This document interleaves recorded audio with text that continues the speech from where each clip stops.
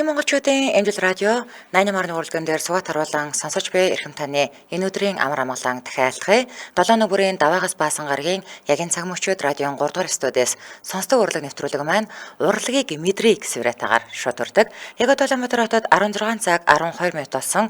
Өнөөдөр 2025 оны 3 дугаар сарын 14-ний баасан гарагийн сонсдог урлаг нэвтрүүлэг New Art булангараа хүрэхэд бэлэн болсон байна. Студиуд хөтлөгч Анжгаа гэрлээ за найруулагчаар гам болдын ангараг нар ажиллаж байна. Өдрийн төргий. За өдрийн төргий.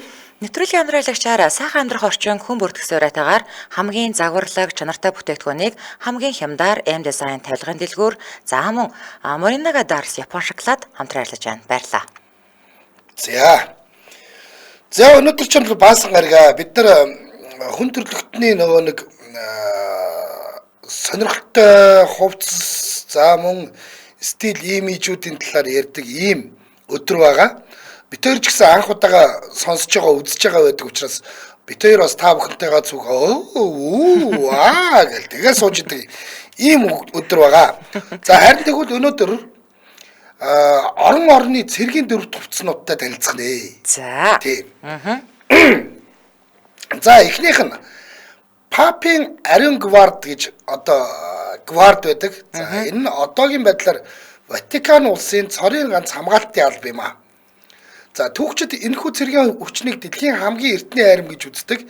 Зэвсэгт хүчнийг бол 1506 онд Пап 2 дугаар Юли төрийн эрхийг барих хугацаанд байгуулсан гэж үздэг. 1506 он гэдэг чинь одоо хэд юм бэ энэ чинь? Бараг 520 хэдэн жил болчиход байгаа юм уу? Тийм байж тээ. Нэг юм тодруулъя да. Энэ одоо жишээлбэл манайх яг ингээд цэргүүдийн өмсдөг хувцас өөр мөртлөө одоо нэг хүндэт харуулуудын өмсдөг хувцас нэг өөр өдөг штэ. Тэр хувцсыг ярьж байгаа мó? Бүр нийтэд нь юм уу? Ер нь бол тэ ихвчлэн торгон цэргүүдийн хувцас шүү. Торгон цэрэг буюу хүндэт харуул. Манайхаар бол хүндэт харуул. Хувцсыг л гомчлон ярина гэсэн үг. За ойлголоо. Манай хүндэт харуулын хувцас чинь бас дотроо хоёр янз. Явган хүндэт харуулууд нэг одоо нэг улаантай цэнгэртэй тэр хувцас өмсдөг бол морин цэрэг гэж бий. Морин харуулууд нь бол баг эртний баатруудын хувцас гэмээр тийм хувцастай болсон. 2023 оноос эхэлж тийм болсон шиг санагдаж байна. Одоо ийшээ ингээд наадмын талбараа нөгөө 9 цагаан тугийг аваад явдаг цэргүүд үү? Тий. Тэгээд тэр чинь арай өөр болсон. Тэр нь тэгээд тэр нөгөө тугаа хамгаалаад зогсчдаг цэрэг хоёр нь өөр хувцастай гэсэн үг юм. Өөр болсон. Арай өөр болсон. Тэр хөрс ерөнхийлөгчийн одоо зарилгаар өөрчлөгдсөн шиг санагдаж байна. 23 онд нэлээд шуугж исэн. За ингээ өөрчлөгдлөө, баатрын хувцастай болчлоо дээр ингээд яригдчихсэн. Тийм санагдаж байна. За тэгээд энэ Папи ариун гвард бол 19-р зуунд швейцарчууд Европтой хамгийн шилдэг аримтайг игддэг байсан ч гадаад улс гүрнүүдтэй хамтардаг байсан цэргийн хэлэлцээрээ цуцалж хөлсний цэргүүдээ гадагш нь явуулахаа болсон. Гэхдээ тухайн үедээ Ромын Папыг онцгой авч үзсэн бөгөөд өнөөдрийн байдлаар түүний хувийн хамгаалагч нь гадаад оронд алба хашиж буй цорын ганц швейцар цэрэг болж байгаа юм. Тэгэхээр Папын ариун гвард бол ерөөс дандаа швейцарчууд гэж ойлгож болно. Гэтэ энэ ямар яг ресторан шиг хувцастай юм шүү дээ тий ресторан шиг. Энэ өөрөө Ватиканч нь бол өөрөө хамгийн жижигхэн улс. Тэгээ Италийн Ром хот дотор байгаа жижигхэн улс шүү дээ. Тэгээд энэ дотроо эн чинь оройтой гэдэг баха шөндөө хаалгуудаа хаадаг тэгэнгүүт зөвхөн яг өөрийн иргэдэн үлддэг нөгөө жуулчт молчт бүгдээрээ гараа явждаг. Тэгэнгүүт нэг хэдхэн мянган хүнд үлддэг. Хэдхэн мянган хүнд. Тэр хэдхэн мянган хүнд дотроос нь яг гвард мавард гаргыг ихлээр бас хүнд баг. Тийм учраас энэ Швейцарын айрамтай гэрээ байгуулад ингээд энэ нөхдүүд бол Папыг хамгаалдаг гэж ойлгож байна. Том Хэнксийн тоглосон нэг кино байд юм а. Одоо яг нөгөө нэг Ватиканд юу болох гэж байгаа байхгүй юу? Пап сонгох асуудал шийдэгдэж байгаа үеийг харуулдаг кино байхгүй юу? Тэгэл яа нөгөө нэг пап сонгоглоо гингүүт яндангаас гардаг. Тэнгүүд нөгөөдөл чинь нэг юм сүмрүү игээд төгчч тийм байлээ штэ гаднаас нь. Тэгэл тэн дотроос одоо сонгож ээж гарч ирнэ. Тэрнээс доош гарч ирэхгүй. Тэгээ нэг тим кино байдаг. Тэрэн дээр яг одоо тэр нөгөө хамгаалтын албаныхан дарга гингүүт нэрээ дандаа швейцарчууд байдаг штэ. Яг тийм. За. Тийм. За энэ бичлэг армийг Папын швейцар цэргүүд гэж нэрлэдэг. Гэхдээ швейцар гэдэг нь зөвхөн нэршлийн хувьд швейцар гэсэн үг байдаг. Учир нь манай гараг дээрх хамгийн жижиг аримд алба хаж байгаа цэргүүд нь бүгд швейцар угсааны эцэг гэхээс Ромд төрсэн залуус байдаг юм байна гинэ. Ром хотод төрсөн. Ватикан төрөөгүй. Энэхүү харуулын албанд багтахын тулд тодорхой шалгууруудыг хангасан байх хэрэгтэй. Үүнд 174 см-ээс дээш өндөртэй, бүрэн дунд боловсралтай, цэргийн алба хаасан, сахалгүй, Бас. усгүй, За. эхнэргүй байх хэрэгтэй гэнэ. Бас уу. Эхнэртэй авахар яа гэм бол? Гэхдээ тэгэл одоо амь насанд нь аюул зам учрах бас. магадaltaй тийм учраас одоо хүүхэд эхнэр үнчиржүүлдэхгүй байх хэрэгтэй гэсэн юм байдгийм болов яа тийм тиймэрхүү За. За харуулын албанд байх хугацаанд эхнэртэй болж болохч тусгай зөвшөөрөл авах хэрэгтэй. Өнгөлөг дөрөмт хувцсыг Микеланжелогийн зүүмлэр хийдэг гэж үздэгч үүнийг баталсан зүйл одоогоор байхгүй гинэ. За. Микеланжелоч байж болохоор л тийм сонирхолтой өнгөтэй юм ер нь бол. Хүү гэхдээ надаа энэ нэг энэ захан амар таалагдж байна. Яг нэг дээр үеийн нэг яг нөгөө язгуурт нууц шиг тий. Яг тийм. Сүртэй. За наранд маш ихээр халдаг байсан төмөр дуулгыг саяхнаас 3D хэвлэгч машинаар хийдэг хуванцар болгон солисон байна. Манайх ч одоо бас нэг тиймэрхүү зовлон байгаа л баг. Байгаа л ах үгүй тий. Цэргийн дөрөв төвцсны загварын салбарт Ватикан дахь Швейцарын Гвардийн хувцас зохион бүтээсэн тухай домог ихэд төгсөн байдаг. Википедиа болон урлаг судлаач зарим нэгэн энэ дөрөв төвцсны загвар агуу Микеланжелогийн биерээр анх бүтсэн гэдэг. За нэг иймэрхүү юм байна шүү гэдэг зурцсан байх л да. Тийм байна. Ромын папыг хамгаалдаг Швейцарын гвардийг 1506 онд үндэслэж байхад үнэхээр сэргэн мандалтын үеийн урлагт улаан хөх шар гэсэн тод өнгө голдож байсан. Гэхдээ яг энэ загварыг Микеланжело гаргасан гэсэн баттай баримт байдаггүй ч амт амжиж яригцаар хүмүүс итгэдэг болтол нь яриа хийцэн гинэ. Зөө. За зарим их сурвалжууд бол Микеланжело гэсэн энэ хувилбарыг няцаагаад Рафаэл ч юм уу магадгүй сэргэн мандалтын үеийн өөр мундагчулаас энэ дөрөв төвцсийг бүтээхэд хувь нэмрээ оруулсан байж болох юм гэдэг ийм байдаг юм байна. Манайхаа ална. Энэ эхнэрүүдээс олж ер нь юм болно шүү. Гэртээ ирээж мэрээж үгсний хийгээд наана олон цаг байгаад хэдий ар гэртээ анхаарал тавьсангүй. Гөө хэрүүл болно төрийн ажил алдагдуулна гэд эхнэргүй байдаг баха гинэ. Сая одоо бид нар нөгөө юугаа ярьж штэ. Швейцарыг ярьлаа штэ. Манай Монголд 032 дугаар анги гэж байгаа штэ. Хүндэт харуулын анги гэж байна. За энэ хүндэт харуулын албанд гэрээ цэргийн алба хаах хүсэл сонирхолтой хугацаа цэргийн алба хаасан 180 см-ээс дээш өндөртэй. Хөөе энэ Швейцарт 173-аас гэсэн чинь манайх бол бас 180. 80-аас дээш. Вау. Тэгэхээр манай хүндэт харуулууд чинь сүртэй юм биш үү? Ер нь гоё залуучууд байдаг шүү. Би яг ингэж тулж хараагүй л дээ. Би ч одоо сая хамгийн ойрхоноос харсан хөргий сая дүрийн ордон дотор нэг дүрийг олж харлаа шүү дээ. Тугийг манай зогсож байгаа. Тийм. Гэхдээ тэдний чинь ингээ угаасаа тэдний чинь ингээ ерөнхийлөгчийг орж ирэхээс өмнө тап гэл мангар сүртэй нөгөө алхаж орж ирдгээр орж ирээд тэгээ тэрийг тугаа манаа зогссон юм байлаа. Нэг ч хөдлөгчд би яг ингээд би нанаас нь хараа сууж байгаа штэ тий. Ёстой ингээ нүдээ осолдохгүй нэг завчдаг байлгүй дээ нэг. Ёстой ястсан юм байлээ. За тэгэхээр 180 см-ээс дээш өндөртэй бие улдар сайтай залуучуудыг төрийн хүндэт харуулын ротод элсүүдэн сонгон шалгаруулж авдаг юм байна шүү. За хоёлаа хамтран айлгчаа танилцуулаад өргөжлүүлье. Улаанбаатар хотод 16 цаг 20 минут болсон. Нэвтрүүлгийн маань хамтран айлгчаар сайхан амьдрах орчин хүн бүртгэс уриатаар хамгийн загварлаг чанартай бүтээгдэхүүнийг хамгийн хямдар M design тавилгын дэлгүүр хамтран айлгаж байна. За M design бол илүү олон хүнд амьдрах сайхан орчин бий болох үүднээс 17 жилийн туршлага дээр үндэслэн олон улсаас хамгийн сүүлийн үеийн загварлаг чанартай ийм тавилгуудыг хамгийн хямд үнээр хэрэглэгчдэд хүргэж байгаа ийм компани байгаа. Маш олон сонголттой та гэрээ тохиолдоход хэрэгтэй бүх зүйлсийг эдний 6 салбараас нь сонгоо авах боломжтой бөгөөд салбар бүр өөрсдийн онцлогтойгоос гадна өөр бүтээгдэхүүнтэй. Одоо жишээл бөөдөн гэхэтэлтэй 1 сая 900 мянган төгрөгнөөс эхэлж байгаа бол орон 1 сая төгрөгнөөс эхлэх гэх мэт байгаа. За жишээлбэл би одоо ингээд таач одоо шинэ байранд орох гэж байгаа. Том өрөөгөө бөөдийн сэтгүүлийн ширээ, хоолны ширээ сандал гээд ингээд тогтчулцдаг штэ хүмүүс. Ингээд тогтчулахад 4.5 сая төгрөгөнд бүрэн тогтчулах боломжтой гэж байгаа. Ердөө давгүй. M design-ийн үлээж гараа танахтаа тэгж байгаа бартер нэ. За эдний зүгээр надад хамгийн таалагддаг юм нь одоо нэг бүх бүтээгдэхүүнүүд нь яг ингээд сертификат буюу гэрчлэгээтэй өөрөөр хэлэх юм бол олон улсын стандарт шаардлага хангасан бүтээгдэхүүн шүү гэд тийм үү. За би одоо нэг л жишээ болгож тайлбарлаж өгье. За хэрвээ таны худалдаа авахар шийдсэн буудангийн шошго дээр FSC хэмээх тэнүүлгээ харагдвал энэ нь олон улсын ойн доктортой хөгжлийн гэрчлэгээгээр баталгаажсан буудан болохыг илтгэж байгаамаа. Энэхүү гэрчлэгээ нь үйлдвэрлэгчдийг бүтээн байгуулалт үйлдвэрлэлийн явцад модыг одоо хит их тайрч ойн нөөцийг хомсдуулан экологийн нэмэрт байдалд сөргөөр нөлөөлөхөөс урьдчилан зэрэглэх зорилготой зөвхөн тавилга үйлдвэрлэлд зориулан тусгаалan тарьж бэлтгэсэн модыг ашиглаж байгаа үйлдвэрлэгчдэд олгодог. Тэгэхээр яалтчгүй айгүй мундаг эко байгаас тэ. За ийм төрлийн шошготой буудан худалдаа авснаар та яасан бах нь? Амьтдын амьдрах орчныг хамгаалах, биологийн олон янз байдлыг хадгалах, олон жил настай модыг хിവэр авч үлдэхэд үнэтэй хувь нэмэр оруулж байгаа гэх нэг юм сэтгэлд үеиг байгаа сте тий. Яг байна. За сонирхолтой энэ оны байдлаар дэлхийд даяар 160 сая га ой мод дээрх гэрчлэгээний эзэн болоод байгаа гинэ.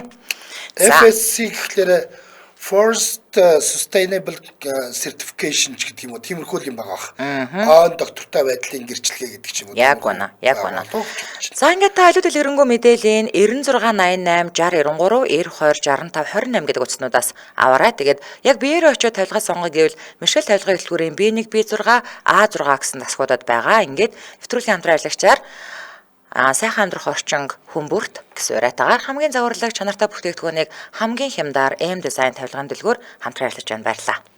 За сонсдог урлаг нэвтрүүлэг радиогийн 3 дугаар студиэс урлагийг мэдрээ гэсэн уриатаагаар өндөр New Art болонгаараа хүрч байна. За манайхаа орж ирээд одоо хараарай. Би бүр эхлээд энэ хуцыг хараад үе ямар игдүүтэй юм бэ гэсэн чинь унсан чинь амар хэцүү юм.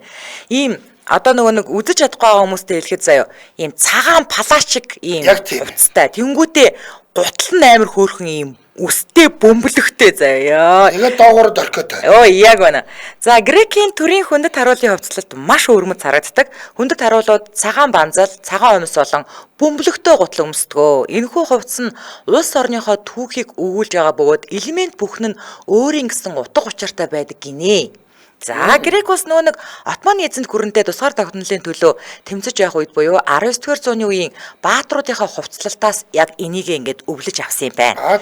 За фустаниал банзал нь тэр банзлын фустаниал гэдэг юм байна. Би бол энийг шууд ингээд палач шиг ингээд шуудаараа юм бах гэсэн чинь тустай юм байна. Банзал нь яг 4,000 ширхэг нуглаатай гэж байгаа байхгүй юу? Одоо манайхаар бол нэг стеклаттай гэсэн үг шүү дээ. Тэний ийм гоё дэрэгүр юу байхгүй юу энэ чи. За энэ нь Туркийн нөлөөнд байсан цаг хугацааг илэрхийлдэг юм байна. Бас учир жанцантай. 4,000 өдөр байсан юм байх та. Тий 400 ширхэг шүү. 400 шүү. Туркийн нөлөөнд 400 хонсон юм байна. 400 жил штэ. Юу яриад байгаа? 400 жилээ. Одоо ингээд Турк Гү би зүгээр ингэж бодохоор ингэж санагдаад л одоо ингээд Туркэд ингээд очихоор Грекийн нутаг дэвсгэрээс зөндөх газрууд байдаг үсттэй. Тэгэхээр энэ би одоо энэ Отманы эзэнт гүрэн чимэн Грекийг бүр эзлээд авсан байсан биш юм шүү. Магадгүй. Би бол тэгж ойлгоод байдаг штэ. 400 жил гэвэл бас солиотой урт хугацаа шүү. Харин тий. За энэ нь тэгээд тэр одоо тэр улаан малгайг нь фарио малгай гэдэг юм байл та. За тариачны хантааз толгооны хар боол зэрэг нь тухайн үеийн тэмцэгч барьцаануудын өмсөж байсан хувцас гинэ. Тэрний цагаан даашинсан дээр нэг юм ирээн юм өмсөж байгаа тэр нь хантааз юм байна. За тэгэнгүүтээ царуухуу буюу тэр том хар бөмбөлөгтэй арьсан гутал нь тус бүр ойролцоогоор 3 кг жинтэй гэж байгаа байхгүй.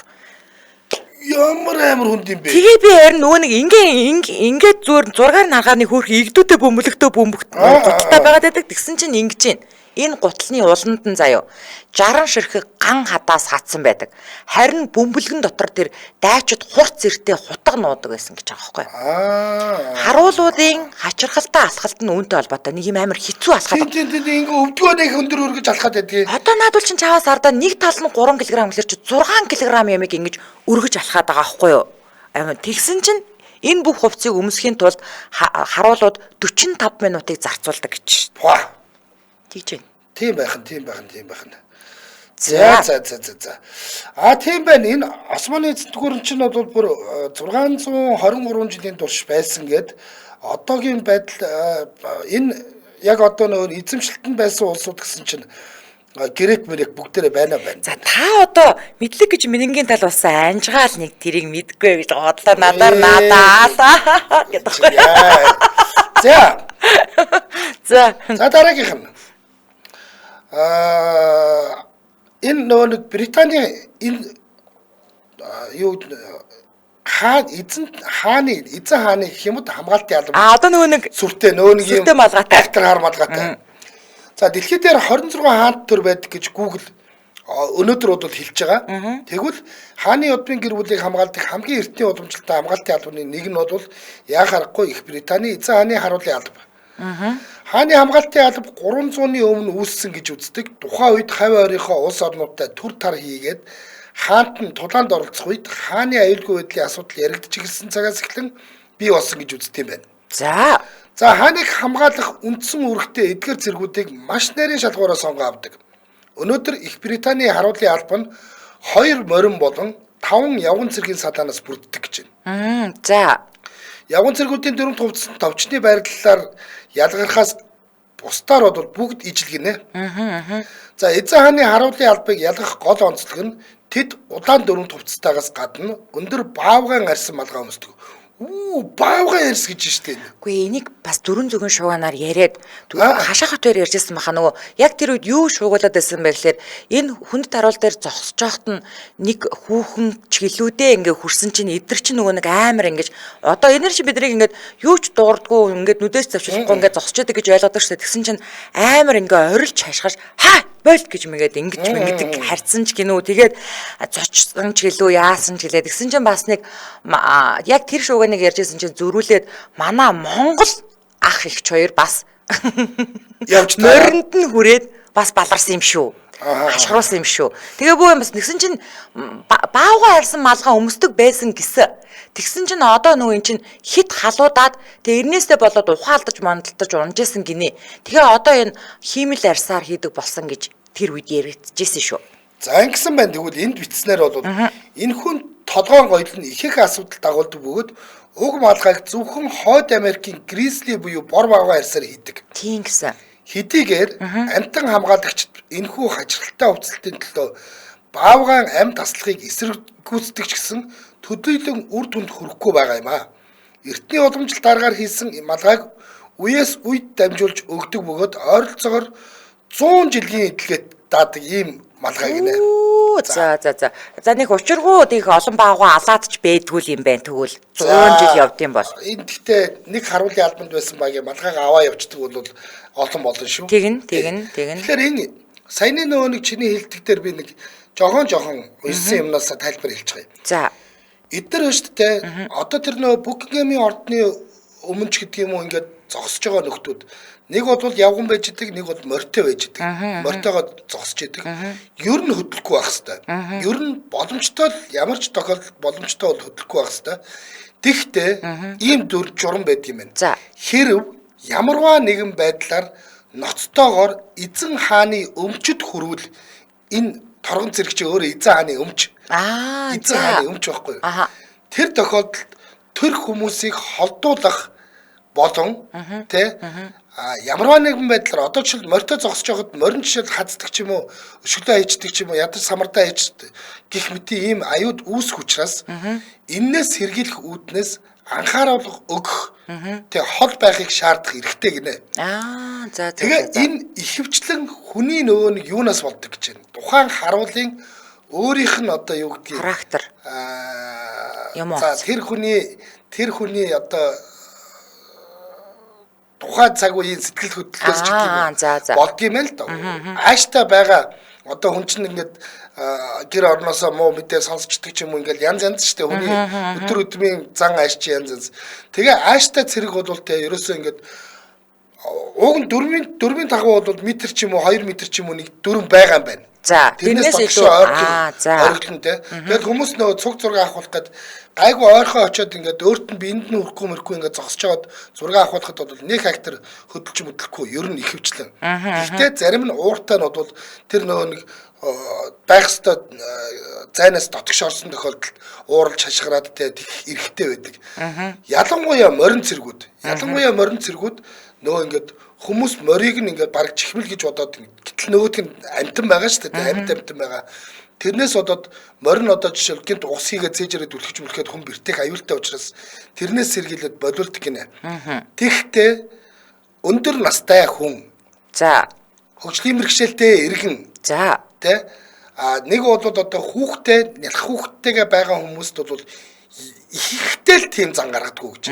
Ихтэй бүр ингээд очоод юм өмнөөс нь зулгаагаад занчаал байхгүй бол. Түүнээс шим нэг жоохон айлгүй хүүхнүүд одоо юу гэдгийг ингээд нэг жоохон халамц өгөлмцөө ирчүүд мэрчүүд ер нь ойртуулахгүй гэж байна. За ойлголоо. Тэрнгээр бас онцлог гэж шүү дээ чинь. За. Тэр ноён намайг яаж огтно би тэгж л хандандаа гэдэг шиг л байдаг юм байна. За, Улаанбаатар хотод 16 цаг 32 минут болсон. Нэвтрүүлгийн маань дэмжээ ажиллагчаар Better for All гэсэн уриатаагаар Mobicom-ийн зэтий гар утас дэмжээ ажиллаж байна.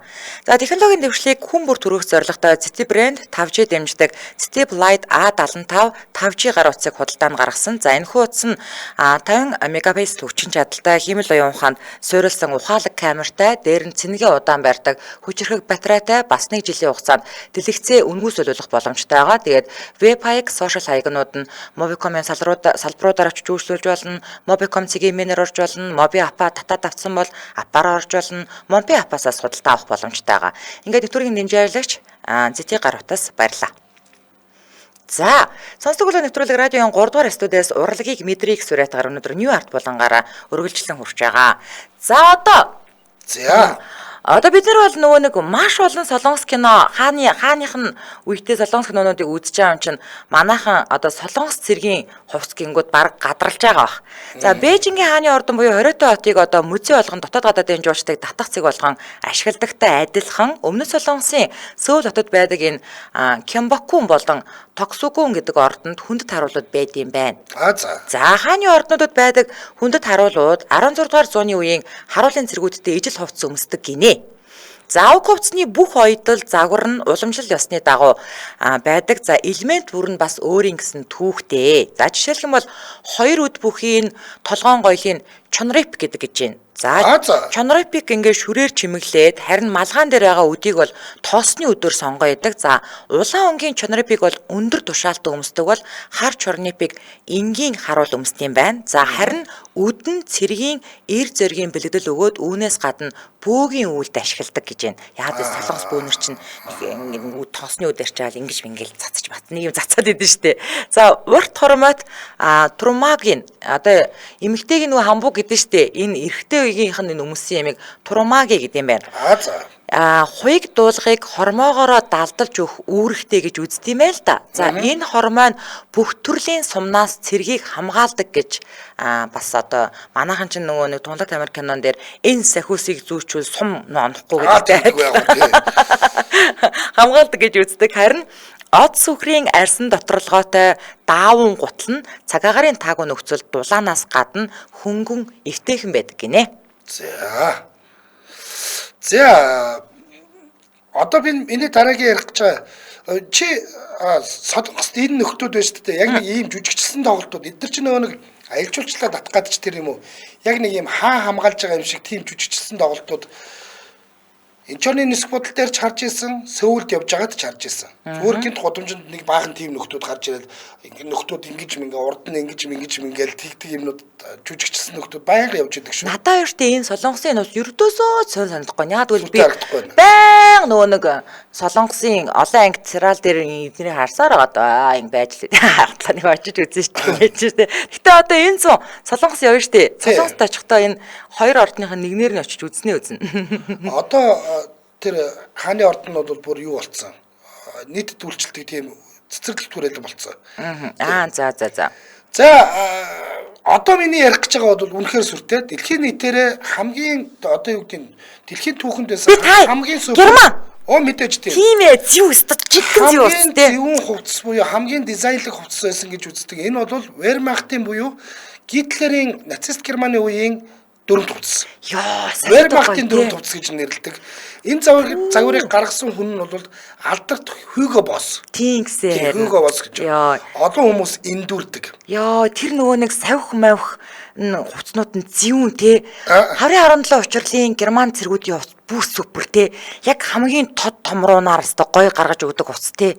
Стерлиц өмсдөг хувцас. За тэгсэн чинь Hugo Ferdinand Boss бол энэ хувцсыг яг одоо юу гэдгийг загварыг нь гаргасан хүн биш юм байна. Түүний үүсгэн байгуулсан оюутлын үйлдвэр улсын захиалгаар нисэх хүчнийхэн болон СС-ийн залуу гитлэрчүүд бүлгэн болон бусад нацист байгууллагуудын хувцсыг үйлдвэрлэж байсан гэж байна. За дайны өмнөх жил 1940-од оны их гэхэд Боссын үйлдвэр цэргийн чухал байгууллагын тоонд орж цэргийн дөрвөн хувцас үйлдвэрлэх улсын захиалгад дарагдж эхэлсэн. Ажлын хүч хангалтгүй болж дорнод Европоос хүчээр авчирсан ажиллагчид Францын цэргийн олзлогчдыг ч ажилуулж байсан. Гэхдээ Босс албатан ажиллагчдын асуудлыг шийдвэрлэх хөдөлмөрийн нөхцөлийг сайжруулах талаар санаа тавьж байсныг гэрчлэх баримтууд хадгалагдаж үлдсэн байдаг болохоор түүнийг аимшигтай нацист нөхөр байсан гэхэд бас боломжгүй болчиход байгаа юм. За ийм юм зөндөл бэлдээ. Одоо нөгөө нэг Volkswagen ч нь бол бас анх нөгөө нацистийн дэмжлэгтэйгээр ард түмний унаа хийнэ гэж ингэж хэлсэн. Volkswagen-ийн эхний лого ч баг ийм хас тэмдэг юмдэгтэй шүү. Тийм үү. За ийм юмнууд бол зөндөө бий. Нөгөө шинтлэрийн бүртгэл дээр гардаг штэ. Арим тусалж байгаа гэсэн мөртлөө арим тусалж байгаа нэрээр шинтлэр чинь ингээ хүмүүсийг авч удаад байдаг штэ. Тэр шиг л гэсэн үг. За 1946 онд түүнийг нацистуудын идэвхтэй хамтрагч хэмээн сонгуулийн болон бизнес эрхлэх эрхийг нь хасч тэр үеийн асар их мөнгө болох 80,000 маркийн торгууд ногдуулсан байдаг. Босс Hugo Boss өөрийн ажлыг сайн мэддэг байсан бөгөөд түүний СС зориулж гаргасан дөрвөн хувцсыг түүхэнд их хамгийн гоёмсог загвартай дөрвөн хувцс хэмээн үздэг байна. Hugo Boss-ийн үйлдвэр алдартай брэнд байгаагүй. Тэрээр хувцс загварын мэдрэмж чадвараа эцэгхээс өвлөн авсан ч 6 жилийн дараа буюу 1902 онд оюутлын үйлдвэр бус нэхмлийн дэлгүүр нээсэн байдаг гинэ.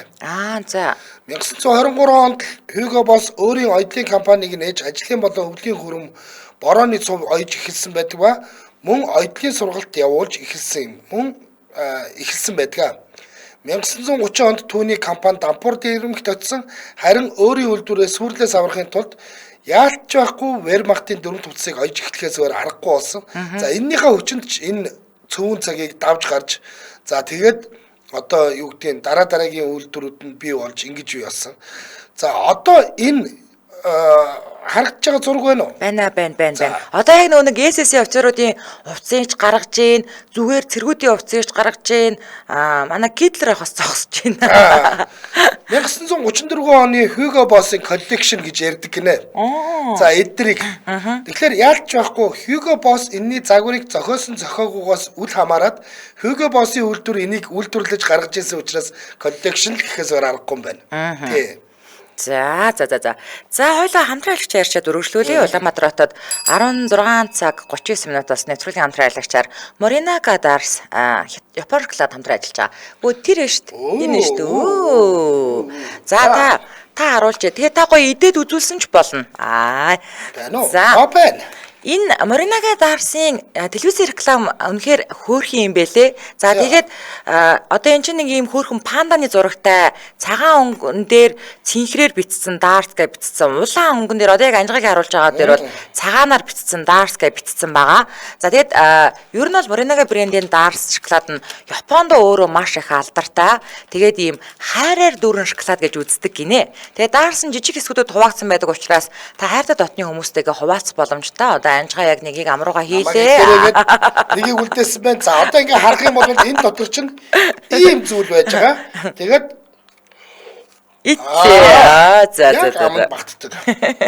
За тусгай журоор бэлтгэсэн учраас аманд ороод хайлдаг бүтцтэй. За тэгээд дээрэс нь сүүний амт танд ийм гоё сэнгэнсэн мэдрэмжийг өгнө гэсэн байна. За бас нэг гоё юм нь аманд ороод хайлдаг боловч гарт огт наалтахгүй гэдэг байгаа тий. За нэг хахад хэлбэр савлгаатай. Ингээл нэр тамхины хайрцаг шиг нээгддэг гэсэн үг манайхаа. Тамхины хайрцаг шиг нээгддэг гэсэн үг. За 30 гаруй жилийн түүхтэй за олон жилийн борлуулалтын бүтээгдэхүүн байгаа. Өөрөөр хэлэх юм бол 1993 оноос эхлэн борлуулагдаж байгаад олон жилийн турш ам чанараа алдаагүй, олонний итгэлийг алдаагүй бүтээгдэхүүнээс YouTube дээр манай нэг сонсогч ийм шоколад харагдаал эдий Японд л идэх хүн юм байна л да. Тэгээд ерөөсөө авч идэж үзээгүй штэ авч идэж үзмээр санагдтал ярьж гин гэсэн. За энэ өштэй нэг тийм гоё юу амтагдж байна? Юу мэдрэгдэж байна? Шоколадны амт нь нэгдүгээрт. За тэгсэн мөртлөө ардталтны ингээ сүүн амт нь суур болоод тэгэд зарим шоколаднууд ингээд шүтэнд нь алдан нэг лай болдог штэ. Тэгээд дараа нь ингээд ам зунгардаг штэ.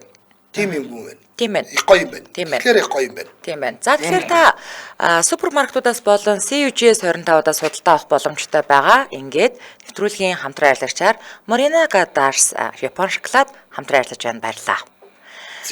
За өдөө сонсдог хүрээ нэвтрүүлэг радион 3 дугаар студиэс урлагийг мэдрийг сураатаагаар за өнөөдөр New Art булангаараа улс орнуудын цэргийн дүрм төвс буюу одоо бас манайхаар бол хүндэт харуулын тийм үү торгон цэргийн хувцснуудыг танилцуулж байна. За 1918 оны хүртэл Хаант Оросын цэргийн дүрм товц хэрэгэлсээр байсан. Тэгээд ажилчин тариачны улаан армийн цэргийн дүрм товцыг солихоор цэргийн хэрэг эрхлэх ардын комиссар Троцкий төр цагийн комисс байгуулсан гинэ. За одоо манайхан чинь Орос кино үзээрэн байгаад ер нь бол цагаант нь ямар хувцастай улаант ямар хувцастай мэддэг штэ тий. Улаант нь чинь нэг юм шовгор малгайтай 5 ушуутай тэнгүүдээ цагаантнууд нь болохоор нөгөө нэг юм бамран малгайтай тий байдаг штэ ер нь бол. За тэгээд энэ хувцсыг солих гээд ингээд ийм комисс байгуулад тэгээ шин дүрм товцны загвар гаргах уралдаан зарласан чинь өмнө нь театр зураачаар арилж байсан туршлагатай Васнецов, Костадеев, Изучевский, Аркадьевский нарын зураачид оролцжээ. За уралдааны дүнгээр хэнийг ч ялагчаар зарлаагүй харин тэдний саналыг нэгтгэх үндсэн дээр загвар гаргасан гинэ. Манай төрөнд бол шигэл юм болж байна. Йоо яг үнэ. За энд хамгийн гол нь хаан засгийн цэрэг офицеруудын хэрэглэж байсан мөрцийг халах явдал байсан юм байна. Ер нь одоо нөгөө бид нар пагон гэж мундэрч гэж ярьдаг, пагонч гэж ярьдаг. Хаан засгч нь бол мундэртэй байсан. Энэ цацагтай. Тэнгүүдээ тэрнээсээ ингээд баахан юмнууд ингээд амжуулсан. Торгон цэргүүдийнх нь хувц бол зөвүүн штэ тий нөгөө Орос киноны тий. За ингээд уралдаанаас гарсан шийдвэрээр шин цэргийнхээ хувцсыг тогтоод шинээр Будёны гэдэг эртний Орос цэргийн дуулах шиг хэлбэртэй шовгор малгайтай болгохоор шийдэд байсан чиг хувьсгалаас өмнө цэргийн хэрэгцээндээ нийлүүлж амжаагүй юм гинэ. За ер нь бол нэг ийм л түүх байна. За Оросын хүндэт харуулууд бол ер нь гайхагддаг байсан. За бүгдээрээ мэдж байгаа Октябрийн баяр юу лээ Майн баяраар Ялалтын баяраар өстой яжгэн парад эхлэхийн өмнө хүндэт харуулууд гарч ирээтэй ингээд тав гэл тэгэл так гэл ингээд нэг бүгдээрээ байрлалаа эзэлсний дараагаар парад эхэлж одоо нөгөө нэг рапорт өгөгддөг. За түүнээс гадна бид нар чинь Москвад очлоороо улаан талбай дээр очиж нөгөө нэг Ленин мавзолей буюу бунханд харуулын парад хүндэт харуул солигдохыг хардаг. Амаа ангааж хардаг байлаа. Яг л нэг хүн шиг бүгдээрээ ингээл хөл мөдлийнх нь өнцг нь хүртэл адилхан байдаг гэдэргээ ярьдаг байсан. Яг л тэрэлтэй. Тэгээ манай одоо юу гэдэг нь арчлаас өмнө чинь бид манай хүндэт харуулууд яг л Оростой адилхан хувцастай байлаа шүү дээ. Энэ бол яг л энэ социаль улсууд баг бүгдээрээ адилхан байсан баг. Уу яг хөө мэдээж бүх улс орнуудад тэгэл цэргийн парад болтгол байх л да. Тэгээд арчилсан солонгосын бол нэлээд сүртэй харагдчихэдгийн. За хятадынхаас сүртэй харагдчихэдгийн. Гэхдээ л бид нэр одоо багаасаа үзэж өссөн болоод тэр юм уу 5 сарын 9-ний өдөр болдог Дэн Победи гэдэг өдрөөр болдог Оросын цэргийн парад бол сүртэй. Үнэхээр сүрийг үзүүлж чаддаг тий. Би бас Киргизд явж байгаад яг хүндэт харуулын солигдож байгааг харсан. Яг л Орос хүндэт харуул шиг санагдчихсан шүү. За дараагийнх нь Италийн цэрэг цагдаагийн офицерууд бусдаас хамаагүй чамин дүрм төвцсараа ялгардаг. Нэг ялангуяа Италийн дотоодын цэрэг буюу Карабинеригийн офицерууд илүү ганган чамин дүрмээр ижилсдэг. Тэгвэл энэ алдар дүрм төвцсийг алдарт Жоржи Арманы зохион бүтээсэн гэхээр ганган хэнцэр байхаас өөр аргагүй л дээ гэнэ. Үе манайхаа хүүхнүүдээ орж ирээд Итали цэрэг хардаа ямар зэв юм бэ? Энэ нөгөө өмд гэхдээ бас яг зэв юм дээ. Цаг байгаа зү. Утсан ямар гоё юм бэ? Тас хар хөрмөн дээр цагаан бүс зүүж улаан оруулахыг өмдөндөө оруулж өгсөн. Энэ дүрм төвцс бол сошиал медиа дээр маш их шеэрлэгддэг. Хамгийн гоё нь Итали юм бэ. Одоо бол өмссөн цэрэг цагдаагаа үнэхээр цэгцтэй гоё харагдуулдаг. Энэ хувцас хэрэглээг нь солигдох асуудал Италид гараад ард иргэд бүхэлдээ эсэргүүцсэн гэдэг гинэ. Тэгин штэ ийм гоё юм аа энэ солих. Жоржи Арманыгийн загвар штэ энэ чинь. Харин эмэгтэйчүүд Италийн гудамжаар явж байхдаа Карабинери офицертэй таархалын бол шууд зургийг нь авч сошиалдаа оруулдаг гинэ. Угаасаа зэв юм байна. Үнэхээр чами юм байна. Энэ нэг манайхан чинь нэг цэрэг халагдахад нэг баахан генерал шиг нөхдүүд гараад ирдэг шүү дээ. Бараг тэднэр шиг юм биш үү? За үнэхээр супер юм байна. Яа за одоо манайхаа орж ирээд тараарай ёо энэ энтгэх цэргийг харж ямар бүр нүд ирээлжсмээр юм байна ёо. За нүд ирээлсэн өнгө будгийг гайхалтай хослуулж чаддаг энтгэгчүүд цэргийн дүрм тувцаа ач мөн тод өнгөөр гойдгоо. За энэ удаад гэхдээ би энтгийн хил хамгаалах тусгай ангийн тэмээчин цэргүүдийг онцолж байна. Одоо манай нөө хил хамгаалахын ерхий газар гэж байдагтай адилхан эдний хил хамгаалах тусгай анги гинэ. За нэгтгэх бас Пакистантай хизэнээс нааш хилийн маргаантай байсаар ирсэн. Тэгэхээр Пакистан энтгийн хилийн бүсийн ёслолын сүр бараатай ажиллагаа онлайн дэх шеэрлэгдэж олон хүмүүс бараг л шоолонгоо үздэг гэж хэлж болно. За өнгө будган дуртай энтгэгчүүд маань цөлийн бүсийн хилдээ тэмээчин хилчин цэргүүдийг байршуулсан байдаг. За энэ анги нь 1200 тэмээ 800 тэмээчин цэрэгтэй. За ёслол хүндэтгэлийн жагсаалд өөрсдөө тод өнгийн ёслолын хувцаараа гангарахаас гадна мөн тэмээгээ ч гэсэн гангалдгаараа алдартай.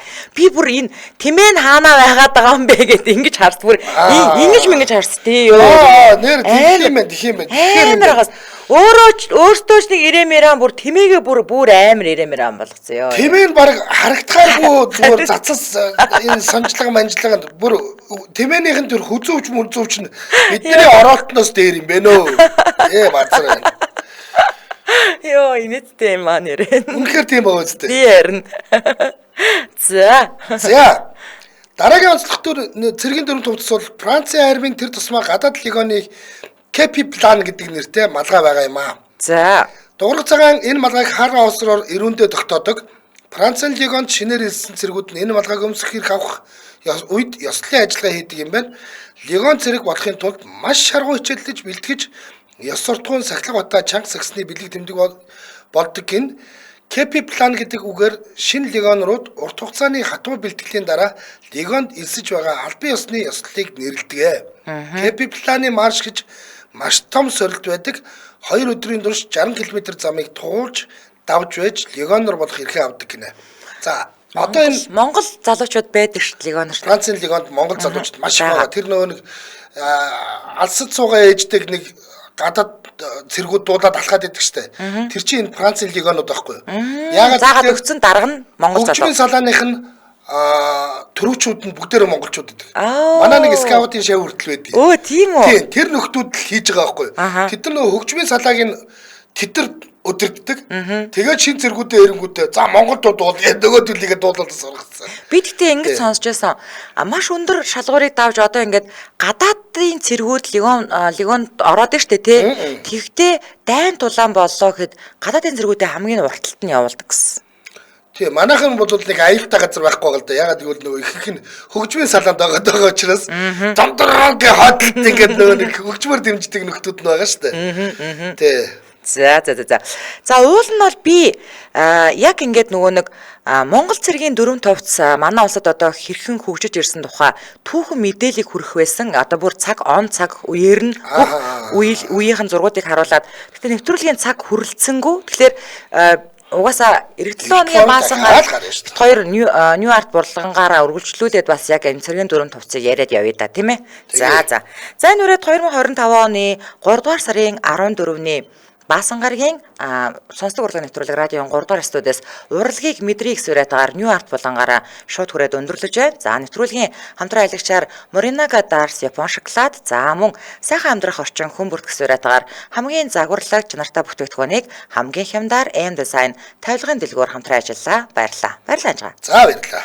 Үргэлжлэл эрхэм сонсогчдаа цагуурын хэнд явдаг радио мэдээгээ хүлээн авч сонсны дараа хөгжөлтэй хөнгөн байцгааг сураатаар яаран нэвтрүүлгийн шинэхэн дугаарыг хүлээн авч үзэж сонсоорой. Дэлхийн монголчуудын Angel Radio 88.3